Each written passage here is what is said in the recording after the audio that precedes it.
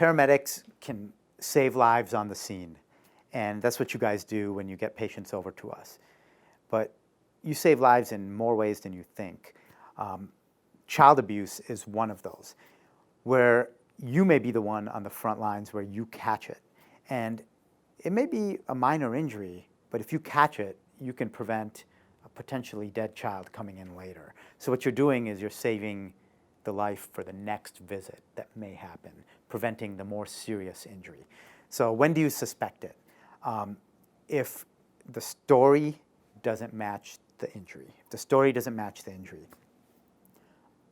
A 4-month-old jumped off the bed. Like 4-month-olds don't jump. So if there's a big femur fracture there, story doesn't match the injury.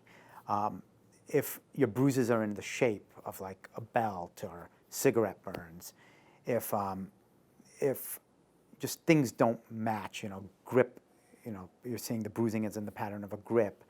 For a shaken baby, you may not see much externally, but the baby's altered, the household, everything. And I think it's important to remember it happens in all groups. So as humans, we often get judgmental, and we often have biases like, oh, this could be abuse, or there's no way this family would be doing that. But there is that show, Kids Do the Darndest Things, and they'll get strange injuries, but it's better to be suspicious and not miss something and then rule that out on our end. We can rule it out later. You may prevent the next injury in the future. In every state in America, every state, it's mandatory reporting. So please, if you suspect it, let us know. And you may have caught things on the scene that we didn't, and we wouldn't have even gone down that avenue. So let us know if you suspect it.